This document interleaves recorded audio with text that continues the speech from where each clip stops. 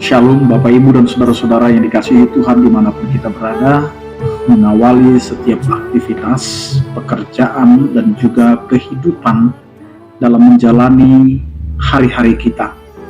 Marilah kita meminta kekuatan, penyertaan dari Tuhan melalui firman-Nya. Karena itu, marilah kita berdoa. Kasih karunia dan damai sejahtera dari Allah Bapa kita dan dari anaknya Tuhan Yesus Kristus menyertai kamu sekalian. Amin.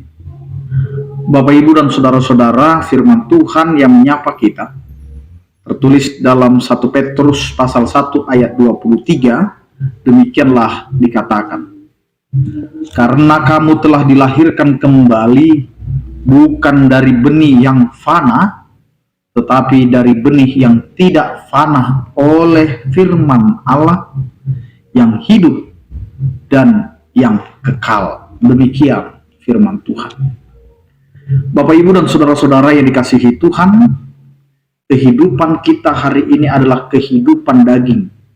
Kehidupan yang dibatasi oleh keterbatasan yang ada dalam kehidupan kita. Kita memiliki limit di mana kehidupan manusia ada batasnya. Kemampuan manusia ada batasnya. Kepintaran, hikmat manusia juga ada batasnya. Jadi segala sesuatu yang dinyatakan fana adalah ada batas waktunya. Karena itu Bapak Ibu dan Saudara-saudara, kehidupan kita ini adalah kehidupan yang terlahir dengan keterbatasan. Maka lihat kehidupan kita yang sehari-harinya selalu memperlihatkan ada saja kekurangan kita. Kita sudah mempersiapkan begitu matang, tetapi dalam pelaksanaan kita akan mendapati adanya kekurangan. Kekurangan yang terjadi itu menunjukkan bahwa hidup kita itu adalah hidup yang terbatas. Maka lihat apa yang dikatakan oleh firman Tuhan.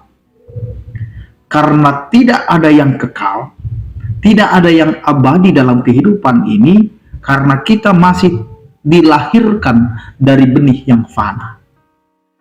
Maka benih yang fana ini membawa kita kepada kesementaraan yang tidak bisa dirubah kalau kita tidak dilahirkan kembali dari benih yang tidak fana, yaitu oleh firman Tuhan. Maka hidup kita ini Bapak Ibu dan Saudara-saudara, ketika kita tidak datang kepada Tuhan, tidak membiarkan firman Tuhan itu hidup di dalam kehidupan kita, maka kita tetap di dalam benih yang fana. Tetapi ketika kita memberikan diri untuk hidup di dalam firman Tuhan, maka disinilah kita mendapatkan kehidupan yang baru, yaitu kehidupan yang membuat hidup kita semakin hidup dan yang membuat kehidupan kita yang fana menjadi kehidupan yang kekal. Karena itu Bapak Ibu dan Saudara-saudara, jika kita mau hidup, maka carilah sumber kehidupan, yaitu Tuhan itu sendiri, yaitu firman-Nya yang akan menggerakkan kita, mengarahkan kita, menguatkan kita, dan menjadikan kita alat Tuhan untuk menjadi terang dan garam dunia melalui kehidupan yang telah diberikan oleh Tuhan, yaitu hidup di dalam firman-Nya. Maka ketika hidup kita sudah ada di dalam firman-Nya, maka hidup kita akan semakin hidup.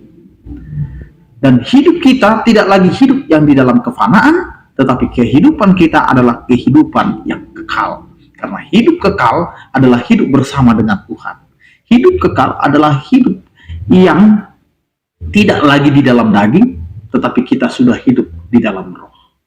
Karena itu, hiduplah di dalam roh dengan iman yang teguh, dengan hati yang siap menerima lahir di dalam firman Allah. Amin, kita berdoa. Terima kasih Tuhan atas penyertaan kasih setiamu yang memberkati kehidupan kami. Biarlah hidup kami tidak lagi hidup di dalam kefanaan, tetapi biarlah kami hidup menjadi benih yang kekal oleh karena firman-Mu. Karena itu Tuhan, ajari kami menghidupi kehidupan kami, hidup di dalam firman-Mu. Ya Tuhan, sertai kami di dalam menjalani hari-hari kami.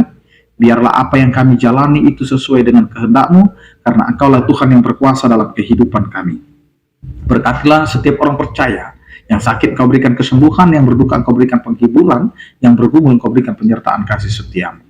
Anugerah Tuhan kita Yesus Kristus, kasih setia daripada Allah Bapa, dan persekutuan Roh Kudus itulah yang menyertai kamu sekalian.